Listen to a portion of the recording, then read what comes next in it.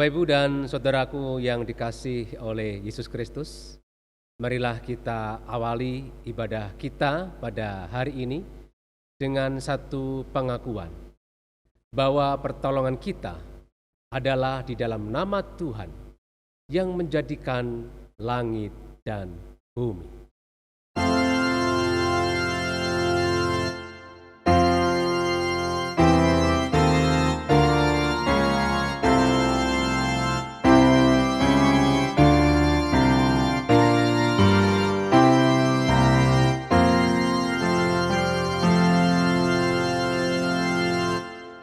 Kasih karunia dan damai sejahtera dari Allah Bapa kita dan dari Tuhan kita Yesus Kristus menyertai saudara sekalian.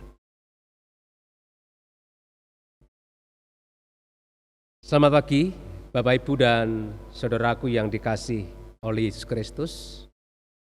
Tak terasa dalam ibadah hari ini merupakan minggu terakhir di dalam bulan keluarga dengan tema besar yaitu seni merawat keluarga.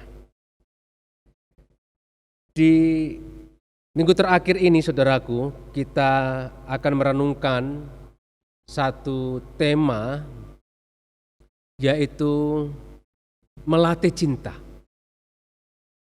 Kita akan belajar bersama-sama bagaimana sebagai anak-anak Tuhan, sebagai keluarga Kristen, kita boleh menjadi orang-orang yang terus berusaha melatih diri untuk mencintai, untuk mengasihi, secara khusus mengasihi anggota keluarga kita. Karena firman Tuhan mengatakan, saudaraku, kalau kita tidak dapat mengasihi saudara yang dapat kita lihat, maka kita pun tidak akan mungkin mengasihi Allah yang tidak kita lihat. Firman Tuhan di dalam 1 Yohanes pasal yang keempat, ayat yang ke-20 akan menjadi nas pendahuluan dalam ibadah hari ini. Berkata demikian, jikalau seorang berkata, aku mengasihi Allah, dan ia membenci saudaranya, maka ia adalah pendusta. Karena barang siapa tidak mengasihi saudaranya yang dilihatnya, tidak mungkin mengasihi Allah yang tidak dilihatnya. Marilah kita angkat pujian untuk Tuhan.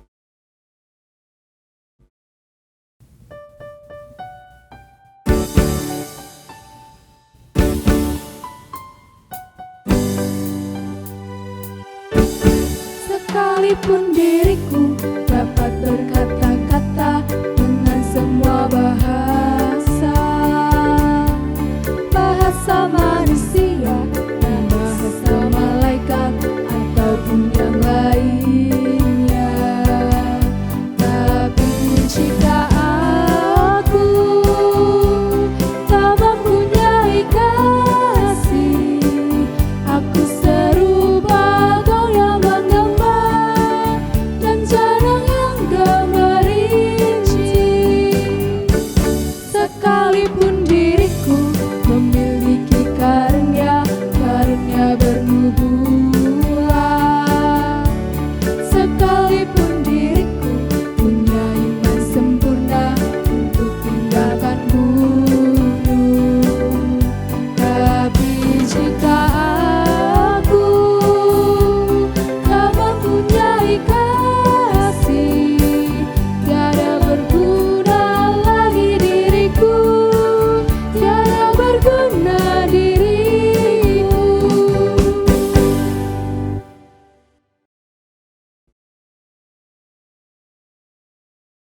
Marilah kita mengakui segala salah dan dosa-dosa kita sebelum kita lanjutkan ibadah kita pada hari ini. Mari kita berdoa.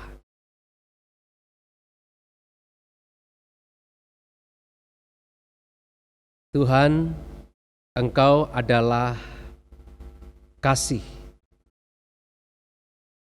Kasih tidak terlepas daripada pribadi karakter Allah. Dan Engkau mengendaki kami yang percaya kepada Allah yang adalah kasih itu, hidup kami pun juga di dalam kasih, di mana kami terus berusaha melatih diri untuk mengasihi dan mencintai. Sebagai bukti kami sudah berada di dalam Tuhan.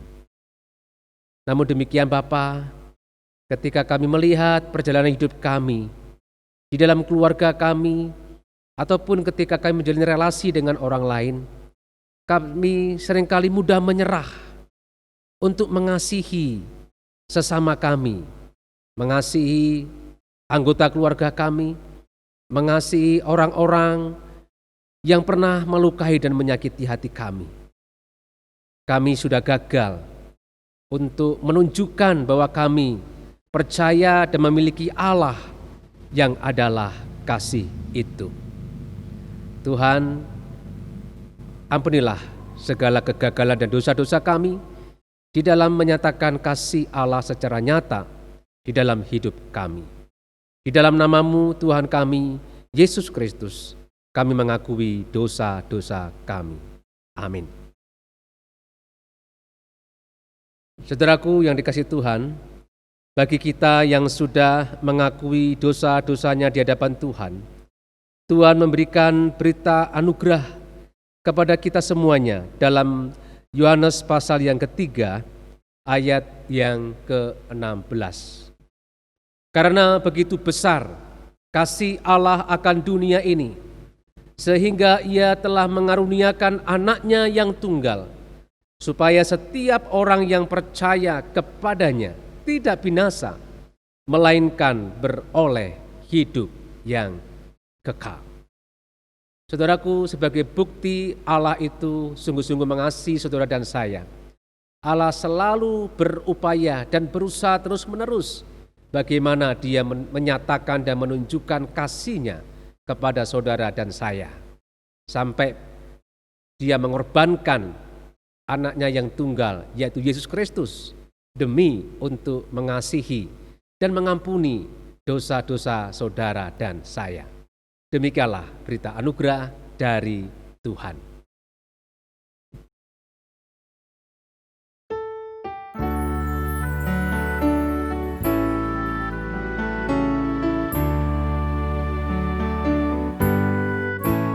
Jiwaku terbuka untuk-Mu Tuhan, selidiki, nyatakan segala perkara, singkapkan semua yang terselubung,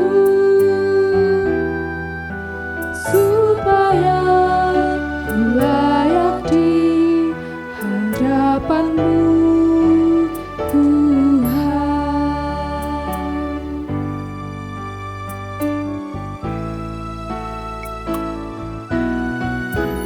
Jiwaku terbuka untuk-Mu Tuhan,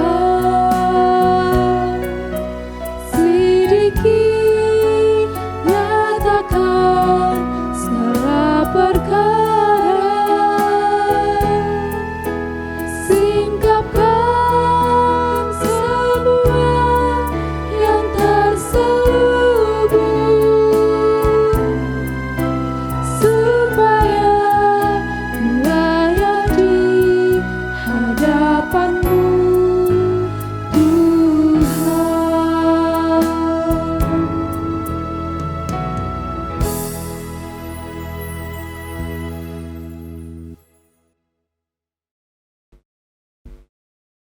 Marilah saudaraku dikasihi Tuhan, sebelum kita bersama-sama belajar firman Tuhan, saya mengajak kita untuk berdoa bersama-sama supaya kita dimampukan Tuhan untuk juga menjadi pelaku-pelaku firman Tuhan. Mari kita berdoa. Tuhan, tiba saatnya kami akan belajar bersama-sama kehendak firman Tuhan. Kuasailah kami Tuhan dengan kekuatan kuasa Roh Kudus. Karena kami menyadari tanpa pertolongan dan kekuatan dari Tuhan, kami tidak akan mampu menjadi pelaku-pelaku firman Tuhan. Karena itu Bapa, kami mohon Tuhan menuntun dan memimpin kami semuanya, agar kami dapat mempraktekkan dan melakukan firman-Mu di dalam hidup kami secara nyata. Berbicaralah ya Tuhan, kami siap mendengar dan melakukan firman-Mu. Di dalam nama Yesus kami berdoa. Amin. Saudaraku, firman Tuhan, mari kita buka di dalam Injil Matius pasal yang ke-22 ayat yang ke-34. Injil Matius pasal yang ke-22 ayat yang ke-34. Ketika orang-orang Farisi mendengar bahwa Yesus telah membuat orang-orang Saduki itu bungkam, berkumpullah mereka. Dan seorang dari mereka, seorang ahli Taurat, bertanya untuk mencobai dia. Guru, hukum manakah yang terutama dalam hukum Taurat? Jawab Yesus kepadanya, kasihilah Tuhan Allahmu dengan segenap hatimu, dan dengan segenap jiwamu, dan dengan segenap akal budimu. Itulah hukum yang terutama dan yang pertama. Dan hukum yang kedua yang sama dengan itu ialah kasihilah sesamamu manusia seperti dirimu sendiri. Pada kedua hukum inilah tergantung seluruh hukum Taurat dan kitab para nabi. Demikianlah firman Tuhan. Yang berbahagia adalah saudara sekalian yang tidak hanya mendengarkan, tetapi yang juga melakukan firman-Nya. Haleluya. Bapak, Ibu, dan saudaraku yang dikasihi oleh Yesus Kristus, salah satu dampak wabah corona yang dapat membahayakan keluarga kita adalah kita mengalami defisit atau kekurangan keuangan. Tetapi saudaraku, ada dampak yang lain yang lebih membahayakan daripada kita mengalami defisit keuangan, yaitu ketika wabah corona ini membuat kita itu mengalami defisit cinta kasih. Atau kita dalam kehidupan keluarga kita mengalami kekurangan kasih. Atau kasih itu tidak ada lagi di dalam kehidupan keluarga kita. Menurut saya, saudaraku, defisit atau kekurangan cinta kasih itulah lebih berbahaya daripada kita mengalami defisit keuangan karena dampak dari wabah corona ini. Mengapa saudaraku yang dikasihi Tuhan?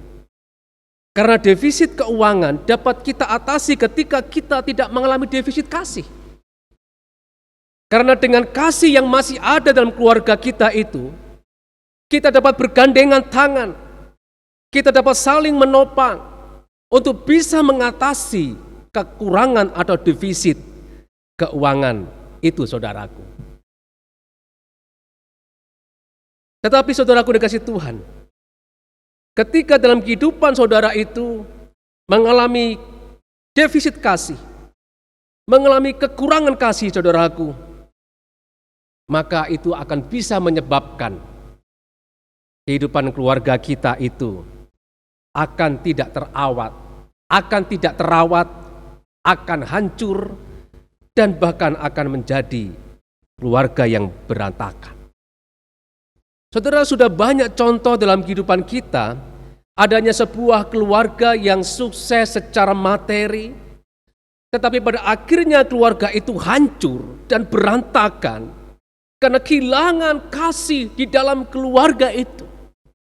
Karena keluarga itu mengalami defisit kasih, mengalami kekurangan kasih. Ada salah seorang pendeta, dia juga seorang doktor saudaraku, yang bernama Pendeta Dr. Yulianto Simanjuta. Beliau pernah menyaksikan kondisi keluarganya yang tidak harmonis.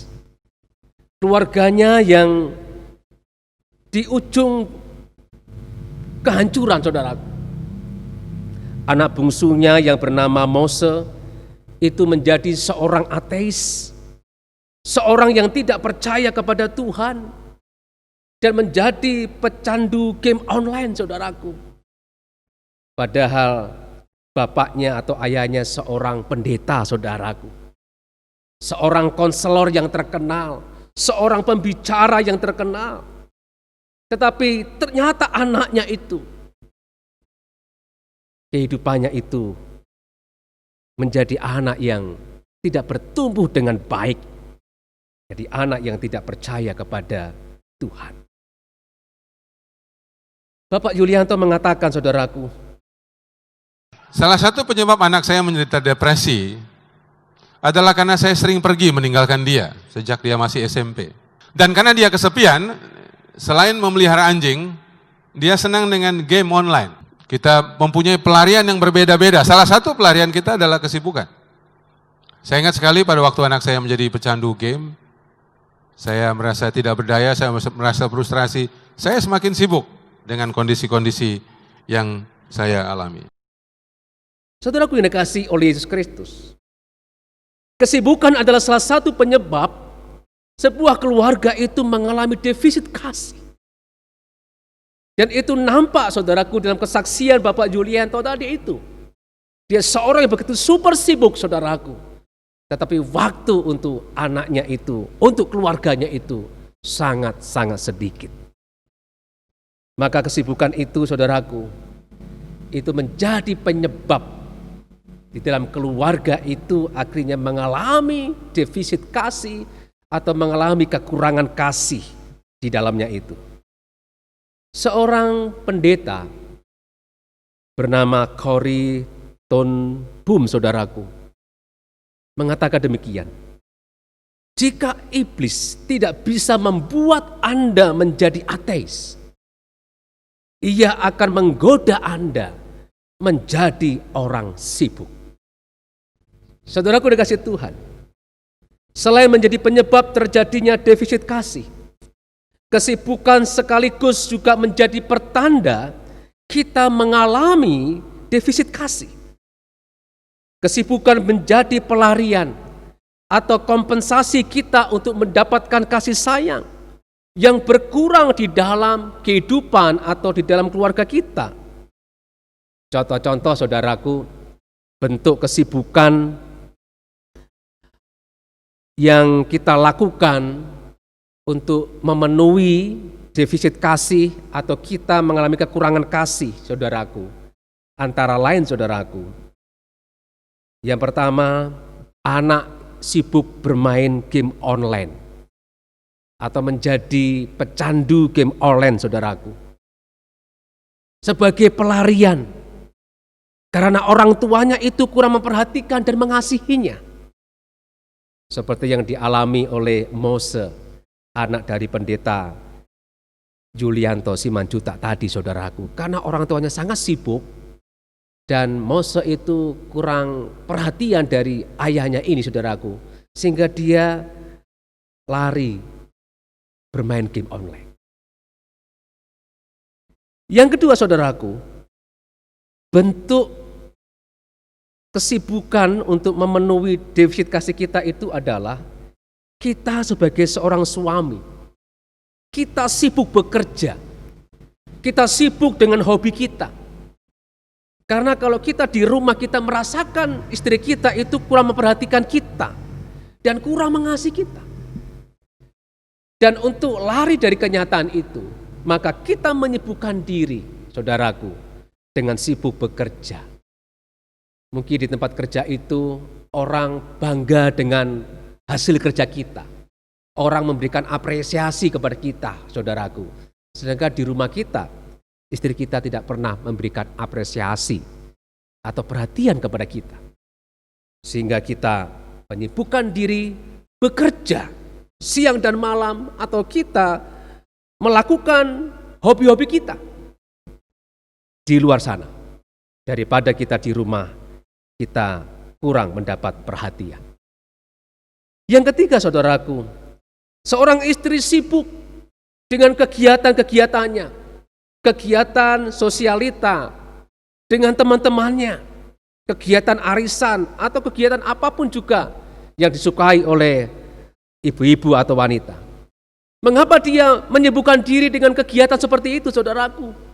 Karena dia merasa di rumah, di keluarganya, suaminya kurang memperhatikannya. Dan yang lain lagi, saudaraku yang dikasihi Tuhan, kita menyibukkan diri dalam pelayanan di gereja.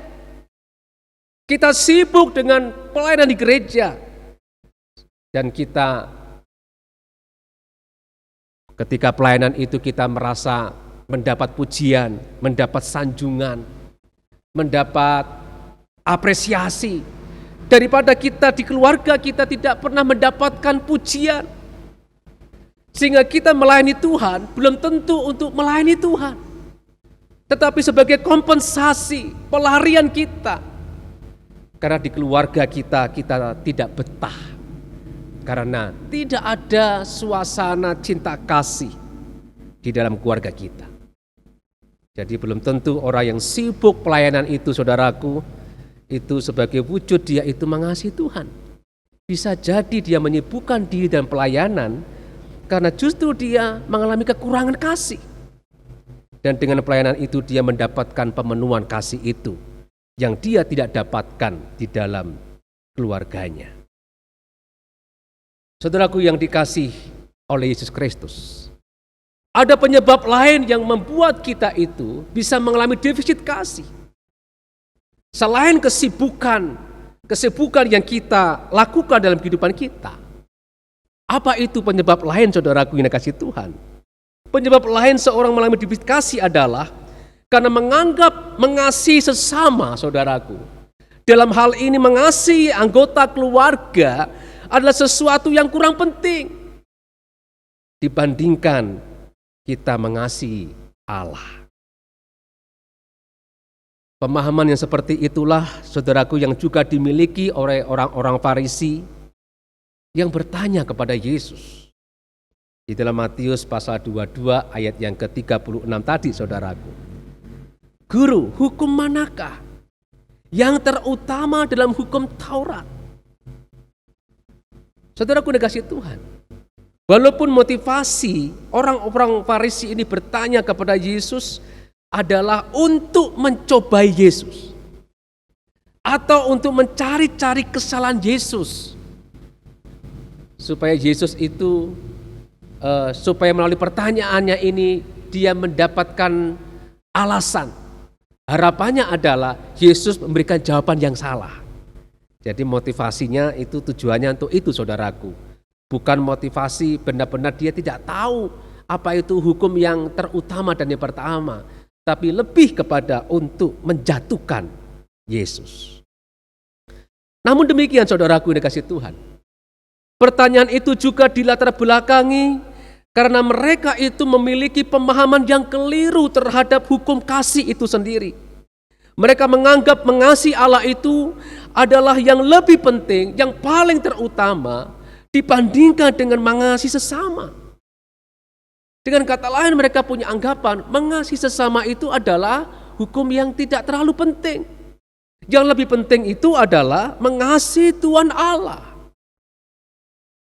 Makanya untuk mengoreksi atau meluruskan jawaban atau pemahaman orang Farisi yang salah ini, saudaraku, Yesus memberikan jawaban bahwa mengasihi Allah dan mengasihi sesama manusia itu nilainya itu sama. Artinya kedua-duanya itu memiliki bobot yang sama.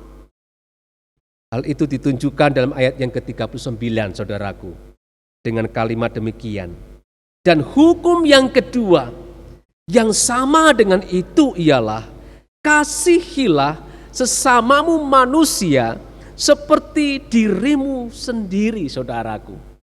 Jadi kasihilah sesamamu manusia, atau dikatakan di sini saudara, hukum yang kedua yang sama dengan itu, yang sama dengan hukum yang pertama, yaitu mengasihi Allah, yaitu kasihilah sesamamu manusia. Jadi Yesus ingin mengatakan mengasihi Allah dan mengasihi sesama manusia itu adalah sama pentingnya. Kedua-duanya itu adalah yang paling pertama dan yang utama, saudaraku. Tidak ada yang lebih rendah atau tidak ada yang lebih tinggi. Jadi mengasihi keluarga, saudaraku, itu sama pentingnya kita itu mengasihi Allah. Tetapi ketika kita punya anggapan kasih kepada keluarga itu tidak penting, yang penting kita mengasihi Allah, maka hal itulah menurut saya bisa menyebabkan kita itu mengalami kekurangan kasih atau defisit kasih di dalam kehidupan kita. Lalu bagaimana saudaraku supaya kita itu dapat tidak mengalami defisit kasih tadi, saudaraku? Saudara perhatikan kata kasihilah, saudaraku.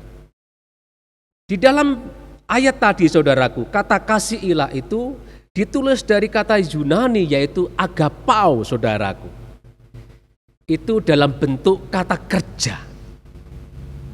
Artinya, kasih di sini tidak sekedar perasaan, tetapi kasih yang diperintahkan oleh Yesus ini adalah sebuah perintah tindakan yang perlu kita upayakan. Bagaimana caranya kita melakukan perintah ini, saudaraku? Yang pertama adalah percayalah, saudara pasti bisa melakukan kasih yang diperintahkan oleh Allah ini. Percaya itu menjadi langkah awal seseorang itu melakukan sebuah tindakan, saudaraku. Kalau dari awal kita sudah tidak percaya dengan apa yang akan kita lakukan, saudara, maka itu akan membuat kita akhirnya kita tidak berani untuk melangkah. Makanya kalau saudara ingin bisa mengasihi, saudara harus percaya bahwa saudara itu pasti bisa melakukan tindakan kasih itu. Kenapa kita harus berkata bahwa aku harus bisa, aku pasti bisa melakukan kasih itu, saudaraku? Karena perintah yang diperintahkan oleh Tuhan ini, saudaraku, itu diperintahkan Tuhan dalam pemahaman di mana perintah ini diberikan kepada bangsa Israel, yaitu umat Israel yang notabene mereka itu adalah orang-orang yang sudah percaya kepada Tuhan. Dengan kata lain, saudaraku, mereka adalah orang-orang yang sudah berada di dalam Tuhan, bukan orang-orang yang berada di luar Tuhan, bukan orang-orang yang belum mengenal dan percaya kepada Tuhan. Tetapi mereka itu adalah orang-orang yang sudah percaya dan mengenal Tuhan, saudaraku. Makanya ketika Tuhan memerintahkan perintah ini, itu diberikan kepada saudara dan saya yang sudah berada di dalam Tuhan. Dan pada saat kita sudah berada di dalam Tuhan, artinya saudaraku, kita sudah mengalami atau kita memiliki kekuatan Tuhan untuk bisa melakukan perintah mengasihi itu, saudara. Di dalam ayat yang lain Tuhan berkata, kalau engkau berkata engkau mengasihi Tuhan, di dalam nas pendulan tadi, saudaraku, tapi engkau membenci saudaramu, itu sama dengan engkau itu belum berada di dalam Tuhan. Jadi artinya apa?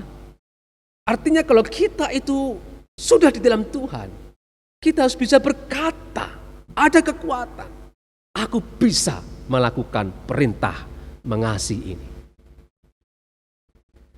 Karena tidak mungkin, saudaraku, Tuhan itu memberikan perintah yang manusia itu tidak mungkin melakukannya.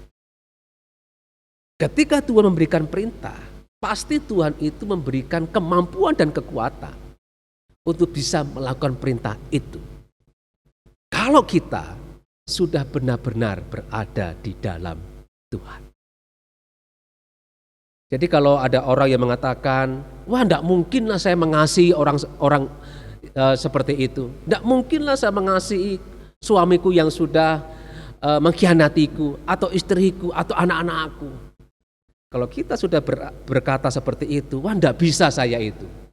Maka saudara menunjukkan perlu dipertanyakan. Saudara itu sudah berada dalam Tuhan atau sedang berada di luar Tuhan.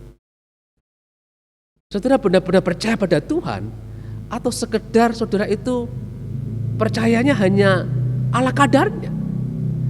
Kalau saudara benar-benar percaya pada Tuhan, saudara pasti punya kekuatan untuk berkata, saya itu pasti bisa. Jadi kalau saudara ingin tidak mengalami kekurangan kasih dalam kehidupan saudara, maka saudara harus percaya untuk berusaha, saudara itu pasti bisa mengasihi.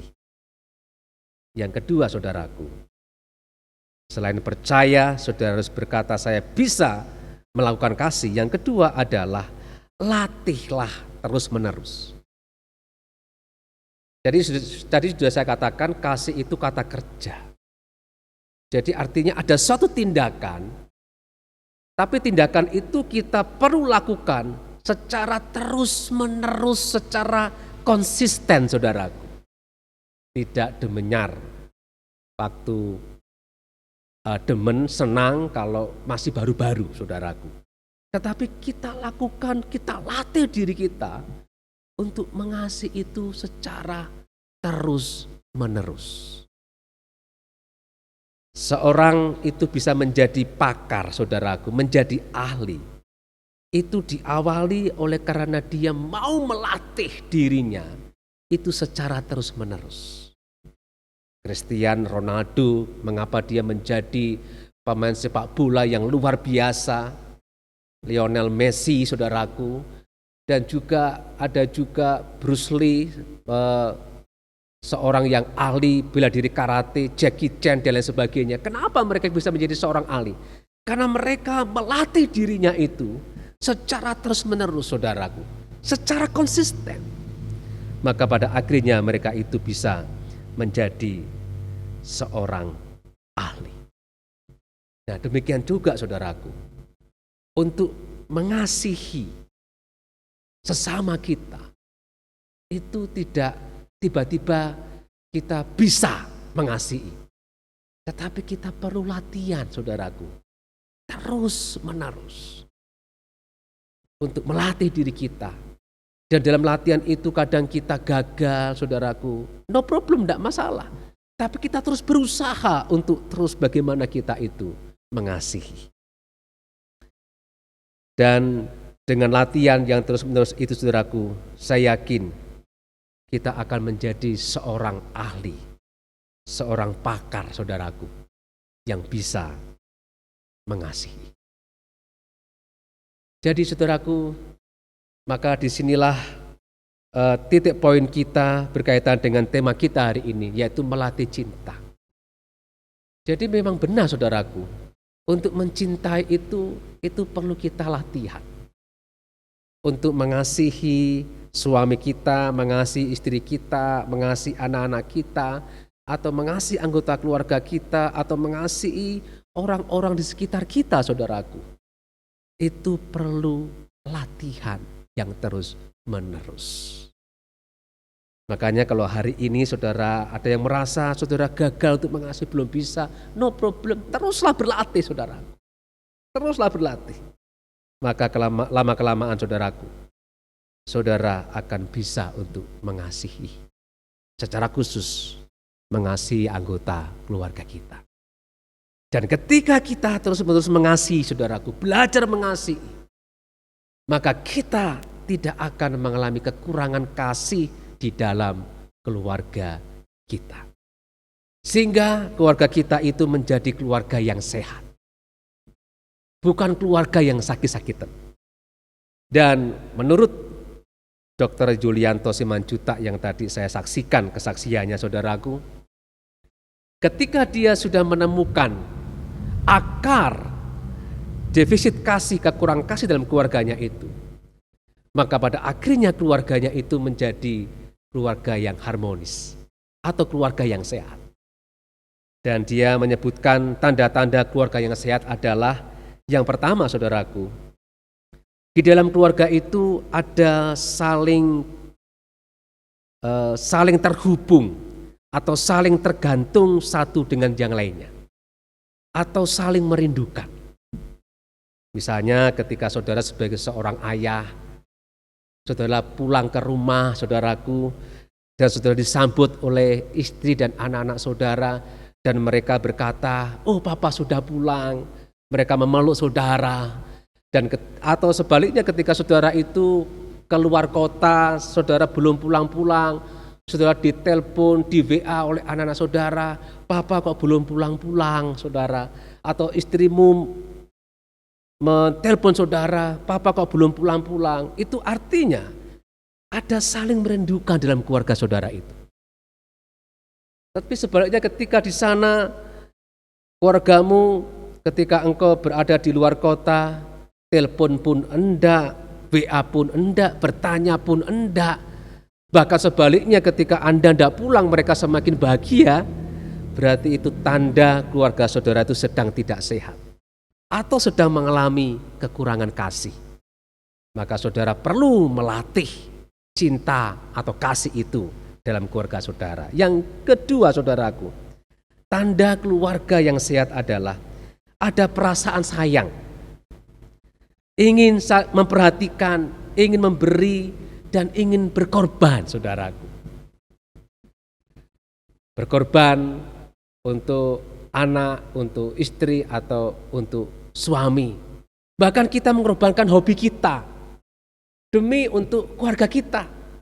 Bahkan kita mengorbankan pekerjaan kita mungkin demi untuk keluarga kita. Tanda keluarga yang sehat yang ketiga adalah ada perasaan bangga di dalam keluarga kita. Artinya saudaraku, kita tidak hanya merasa bangga ketika kita itu di tempat kerja atau di tempat pelayanan, orang memuji kita, orang menyanjung kita. Tetapi ketika di keluarga, anak-anak kita tidak pernah bangga dengan kita, tidak pernah memuji kita. Itu artinya saudaraku, keluarga kita sedang tidak sehat. Dan itu tanda-tanda keluarga kita sedang mengalami kekurangan kasih atau defisit kasih. Maka kita perlu melatih diri kita untuk bagaimana kita mengasihi. Dan Tuhan berkata, saudaraku, kalau di dalam keluarga kita itu tidak ada kasih, itu sama dengan saudara sedang tidak mengasihi Allah. Karena itu marilah kita melihat diri kita masing-masing, kehidupan keluarga kita saat ini. Apakah keluarga kita itu sudah menjadi apakah tanda-tanda keluarga yang sehat itu sudah ada di dalam kehidupan keluarga kita. Amin.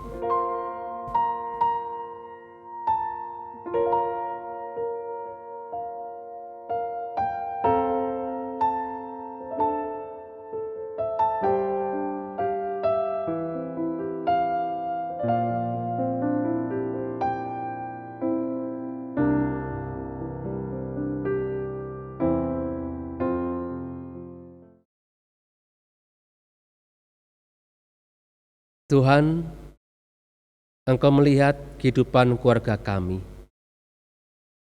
Apakah tanda-tanda keluarga yang sehat itu ada di dalam keluarga kami? Atau sebaliknya saat ini kami menunjukkan keluarga yang sedang tidak sehat. Keluarga yang mengalami defisit atau kekurangan kasih. Di dalam keluarga kami tidak ada saling terhubung atau saling tergantung, saling merindukan. Di dalam keluarga kami tidak ada saling membanggakan. Di dalam keluarga kami tidak ada saling membutuhkan, saling berkorban. Tuhan tolonglah kami, agar firman Tuhan ini boleh menolong kami, agar kami mulai melatih diri kami untuk melakukan perintah Tuhan, yaitu mengasihi sesama kami. Dalam hal ini adalah keluarga kami. Sebagai wujud kami juga mengasihi Allah. Di mana mengasihi keluarga kami ada sama pentingnya ketika kami mengasihi Tuhan. Tuhan, kiranya kekuatan Tuhan yang kami percayai itu benar-benar ada dalam kehidupan kami. Dan itu menjadi modal awal kami. Kami percaya bahwa kami pasti bisa mengasihi. Karena ada kasih Allah, kuasa Allah yang sudah ada dalam hidup kami. Kami menyerahkan keluarga kami kepada Engkau ya Bapa. Kami berdoa ya Bapa Surgawi untuk kehidupan bangsa kami Indonesia saat ini. Berkaitan dengan kondisi pandemi wabah corona dan juga dengan adanya pro dan kontra, dengan disahkannya Undang-Undang Cipta Kerja oleh DPR dan selanjutnya akan diteken oleh Presiden kami. Tuhan, tolonglah kami supaya bangsa kami ini tidak kehilangan kasih Tuhan. Bukan kebencian yang menguasai masyarakat bangsa kami ini atau pemimpin bangsa kami ini. Tapi biarlah Tuhan, kasih yang dari Allah itulah yang akan menguasai relung-relung hati masyarakat atau pemimpin bangsa kami saat ini Tuhan. Sehingga dengan cinta kasih itu, seberapa besar persoalan yang dihadapi bangsa kami itu akan bisa teratasi ya Bapak. Kami menyerahkan di Bapak Surgawi untuk sekolah kami Kista Citra yang sebentar lagi akan menghadapi akreditasi Tuhan. Kiranya Tuhan yang memberkati segala persiapan yang dilakukan untuk melaksanakan akreditasi ini Tuhan. Terlebih sekolah kami menjadi sekolah yang dipilih oleh pemerintah atau dinas pendidikan untuk menjadi sekolah yang menjadi contoh program akreditasi dari dinas pendidikan.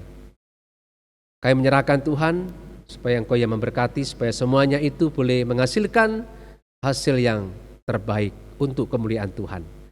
Kami juga menyerahkan untuk rumah sakit kami Ngesti Waluyo kepadamu Tuhan, kiranya Engkau juga memberkati rumah sakit ini, terlebih dengan akan dilantiknya direktur yang baru, supaya Tuhan juga memberkati, supaya dengan kepemimpinan yang baru ini, Engkau yang memperlengkapinya untuk menjadikan rumah sakit ini semakin lebih baik. Terima kasih ya Tuhan, kami menyerahkan untuk doa-doa syafaat kami ini, hanya dalam satu nama Tuhan kami, Yesus Kristus. Amin. Bersama dengan umat Allah di masa lalu, masa kini, dan masa yang akan datang, mengingat pengakuan pada baptisan kita menurut pengakuan iman rasuli yang demikian. Aku percaya kepada Allah, Bapa yang Maha Kuasa, Khalik langit dan bumi, dan kepada Yesus Kristus, anaknya yang tunggal Tuhan kita, yang dikandung dari Roh Kudus, lahir dari anak darah Maria, yang menderita sengsara di bawah pemerintahan Pontius Pilatus, disalibkan, mati, dan dikuburkan, turun dalam kerajaan maut. Pada hari yang ketiga, bangkit pula dari antara orang mati, naik ke surga, duduk di sebelah kanan Allah, Bapa yang Maha Kuasa. Dan dari sana ia akan datang untuk menghakimi orang yang hidup dan yang mati. Aku percaya kepada Roh Kudus, gereja yang kudus dan am, persekutuan orang kudus, pengampunan dosa, kebangkitan orang mati, dan hidup yang kekal. Amin. Saat ini kita akan bersama-sama untuk mengumpulkan persembahan. Dasar persembahan akan saya bacakan dari 2 Korintus 8 ayat yang ke-12. 2 Korintus 8 ayat yang ke-12. Sebab jika kamu rela untuk memberi, maka pemberianmu itu akan diterima. Kalau pemberianmu itu berdasarkan apa yang ada padamu, bukan berdasarkan apa yang tidak ada padamu.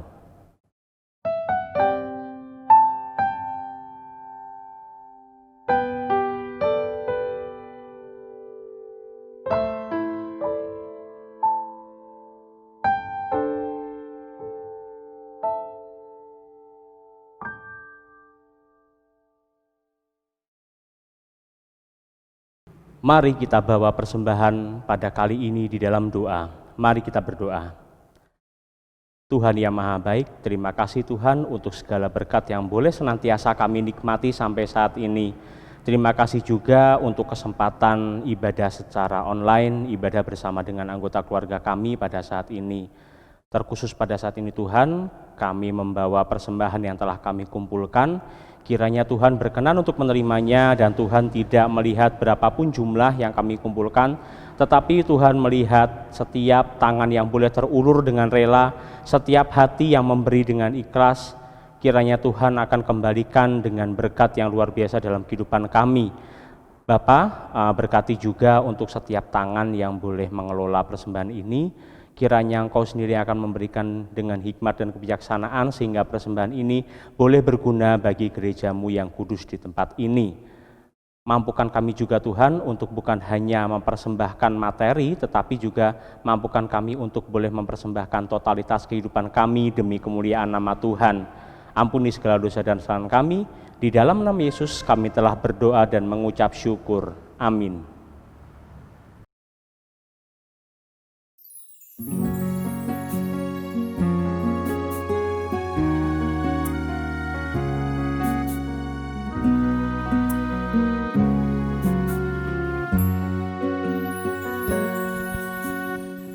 Aku dan seisi rumahku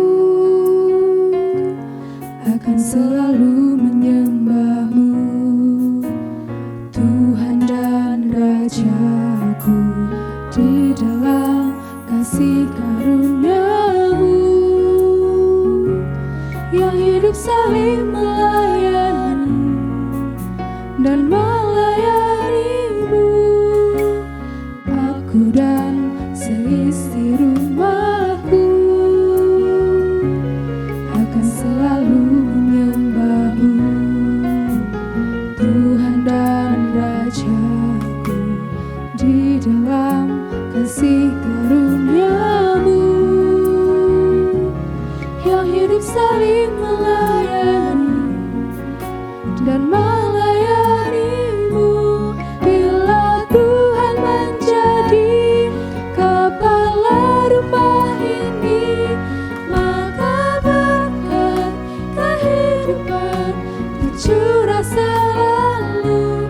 Datanglah kerajaan-Mu, jadilah kehendak-Mu, ku alami setiap waktu. Keluargaku adalah surga-Mu. Bila Tuhan menjadi kepala rumah ini, maka berkat kehidupan tercurah selalu. Datanglah kerajaan-Mu, jadilah kehendak-Mu, ku alami setiap waktu. Keluargaku adalah surga-Mu. Keluargaku adalah surga-Ku.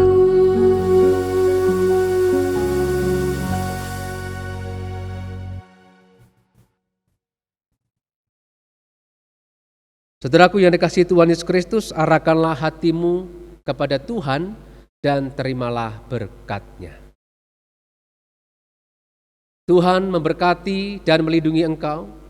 Tuhan menyinari engkau dengan wajah-Nya dan memberikan engkau kasih karunia. Tuhan menghadapkan wajah-Nya kepadamu dan memberikan engkau damai sejahtera. Amin.